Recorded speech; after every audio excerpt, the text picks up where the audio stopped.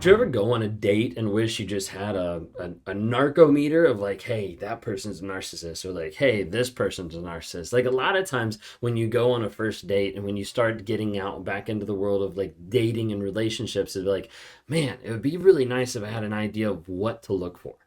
Well, if you stuck around on my channel or in other channels, like you have a good idea of a lot of stuff that narcissists do, and you have a good idea of a lot of things that they're portrayed and that actually happen.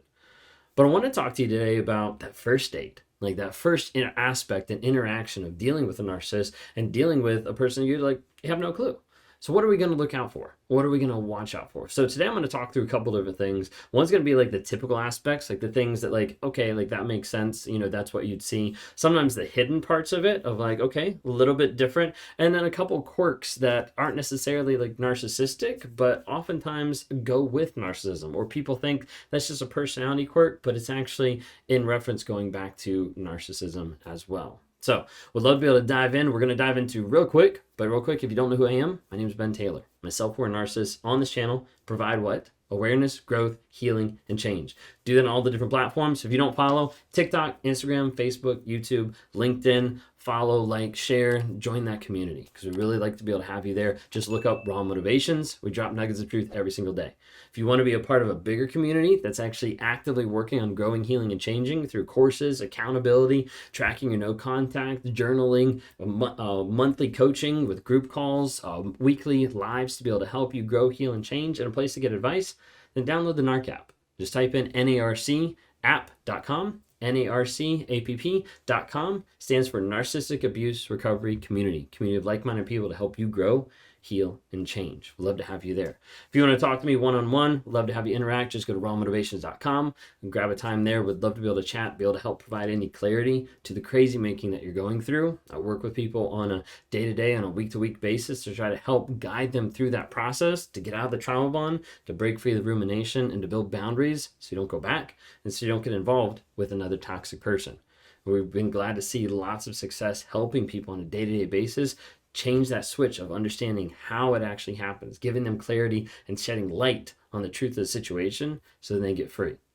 How to recognize a narcissist on a first date? Everybody's question, popular question of like, oh, how do I know? How do I know? Okay, so typical aspects. Okay, one of them that we normally think of when we think of like overt narcissism and someone being like grandiose is they talk about themselves, right? Like talk about themselves like nonstop. Someone I was talking to the other day, they were like, the first date I went, like they talked about themselves for like 2 hours straight. Like it was crazy. Like I didn't even get a word in. It's one of those first like red flags and like signs of like, wait a second, this person seems very obsessed about talking about themselves. A lot of times narcissists will do that to build the mask, to keep the mask, to create the mask, and to sustain the mask. And so a lot of times they're doing that to be able to show you, I'm an amazing person because I know so much, because I'm so great at this, whatever it might be. A lot of times you'll see typical aspect, they talk about themselves non-stop. Okay. Other thing is, how do they reference past relationships? So like you're sitting there, you're talking, and they're talking about their past relationships. A couple things might happen. They might start to dive into how all their exes were crazy. How everything was just absolutely crazy. Like they acted weird, they acted wild, like they have all these insane stories of what happened. Like, how does that make sense? Like, it can't be that like the past 20 people you've been with have all been crazy. Like something had to happen there. A lot of times they'll label that. And they'll try to say, ex was crazy, bipolar, my ex was a narcissist, like all that kind of stuff to try to be able to show you like, hey, they're a nice, normal person that just needs help and love, when in reality, they're the ones causing that craziness to everybody else. Sometimes you'll see where they'll bring up past traumas really early, or they'll use that to leverage. Okay, so it's one thing as far as like bringing up, hey, this is what happened, or this is, where I've come from. But there's a big part in like the beginning of the relationship, even the first date, that they're going to come out and tell you like a bunch of like gory graphic details about stuff that you didn't ask about and that you're like uncomfortable. Like this feels like oversharing. Sometimes narcissists will do that to overshare to a degree so that you feel like, hey, they're really vulnerable. They're really in touch with their feelings. They're really in touch with who they actually are. A lot of times that's a facade, and they're sharing so much about the past so they don't have to avoid how they actually feel in the present. Another thing you'll see is a lot of times stories in the past, maybe with exes, maybe with traumas, end up a lot of times being really detailed or graphic, or like showing that vulnerability piece where sometimes you're like, seems like a little too much detail. Sometimes you'll see that in the relationships where they'll end up like glorifying the relationship they were with, like glorifying the person they were with. Like, my ex was the best at this. They'll flip it around. They were amazing. They were the best at this. Like, I can't believe, like, they were so great because they didn't love drama. They were so great because, you know, they knew how to X, Y, and Z. And a lot of times it's laying the groundwork, the grooming groundwork of like, okay, don't go after drama. Don't respond this way. And it's grooming you, and it's telling you this is how you're supposed to react in order to gain their love and affection. Okay. Other thing that's typical is a lot of times you'll see it move really fast. You know, whether that's I love you on the first date, whether that's sleeping together, whether it's moving in like within the first week, or, you know, we're talking about kids and marriage, like after the first couple of days, like literally it can move super fast. And we've heard it all. We've heard people that, you know, have gone from saying I love you on the first date to getting married on the 7th day that they've known each other. Like, there's a lot of times it moves super fast. So be really careful. Okay. With that, a lot of times, like, you want to slow it down and actually be like, okay, what happens when I slow it down? Because then we dive into some of the aspects that are a little bit more covert. Okay. That are a little bit more hidden. Part of it would be on this side that gets really hard for people to be able to differentiate and determine is the narcissist asking super deep questions. Okay. Now, again, we're talking about first date. Okay. We're talking about like getting to know this person. A lot of times the narcissist will ask you super deep questions at the beginning, one, to try to show and give the illusion that there's a depth there to them, but then also they want to be able to learn everything they can about you to control you. That is the whole purpose. Let me learn, identify, and acknowledge everything that's inside you so that I can use that and leverage that later down the road to be able to control you. Okay. Now, it's not just like the deep questions of like, tell me all your inner traumas and deep fears. You know, there's a level to it that they try to leverage to be able to gain that knowledge. Sometimes it could be as simple as like, you know, what do you want in a partner? Or like, where do you see yourself down the road? Or like, who do you want to be with? Like, trying to guide themselves of like, how do I build this mask to fit the person that they want me to be? A lot of times narcissists will do leading questions or deep questions like that to figure out how they need to construct themselves so that you fall in love with a cardboard cutout that they're painting right there in front of you. Okay. Sometimes you'll see early on, even the first date, a little bit after, you'll see a big obsession. An obsession with you, which at first feels like love. It feels like amazing. Sometimes that's going back to an inner wound of like you're looking for validation in another person and you're like, wow, this person loves me so much. They're spending 24/7. They're constantly talking, texting, interacting because they want to be with me so bad.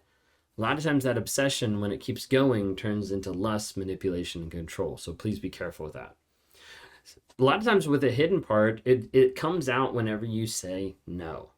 An easy one early on, beginning of the date, you know, beginning of the relationship, is how do they actually respond to boundaries? How they actually respond when you say no or when you give rejection. Okay, when there's like a rejection of like, no, I don't want to do that, not interested, like actually putting up some boundaries, even if it's stuff that it doesn't matter.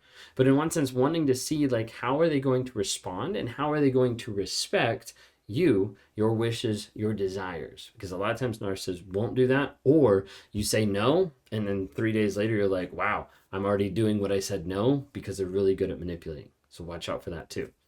How do they identify with their mistakes and taking accountability in the past, but also like in the present? Like, and you're in the date and they make a slip up or they mess up or they drop something. Like, do they actually own the stuff that they do? Or do you start to see the little tidbits of them blaming on other people to shift the blame, the focus on anybody else but themselves, and taking that accountability and that responsibility? Okay, the last one I said I was talking about was typical aspects, hidden parts, and then quirks. Okay, I've just got 3 here that I want to be able to share with you real quick before we wrap up. Is a lot of times in talking to a narcissist, they'll have the aspect of like an all or nothing mentality. Okay, it's like the best or the worst, perfect or worthless, like back and forth. It all comes down to this like black and white thinking of either you're amazing or you're awful. Like, you're either pretty or you're ugly. Like, there's no in between. Like, there's like a giant chasm. And a lot of times that black and white thinking switches really quick. And what you have to understand is like that great feeling you have in this moment might be them showing that great love, but it'll switch really quick to be great hate. It'll go back and forth. So like all or nothing kind of communication and thinking, you know, kind of get an idea of that too. What you have in the communication, in the talking back and forth, is look out for the interrupting. You know, a lot of times the narcissist will be thinking ahead of the conversation because they're trying to control and manipulate, but they'll also be trying to think ahead, and they'll end up interrupting and like talking over you. Well, all of a sudden you're talking and they're interrupting with something and you start seeing a pattern of that. You're like, wait a second, like, doesn't seem like they really are taking time to value my opinions, my beliefs, or what I'm actually saying. The last one, which I think is kind of cool because it's very intrinsic to me, is how they win or how they lose when playing games. So for me personally, like, I don't like playing games that I know there's a possibility that I'm going to lose at or that I'm going to look bad. And so I'll do anything I can to be like, I'm going to play a game. I'm going to play it really well. I'm going to be really either aggressive or competitive. I'm going to make sure I win, because that's the point of a game, right? Like, there's not a point to play a game and to lose. For a narcissist, that's a whole nother level where losing can even go back to rejection, to blame, to shame, all kinds of stuff. But how do they actually handle defeat when you beat them at the game? Okay, a couple things. So the typical aspects, hidden parts, quirks. Hope that helps of giving you some ideas and some tips of how to recognize a narcissist on a first date.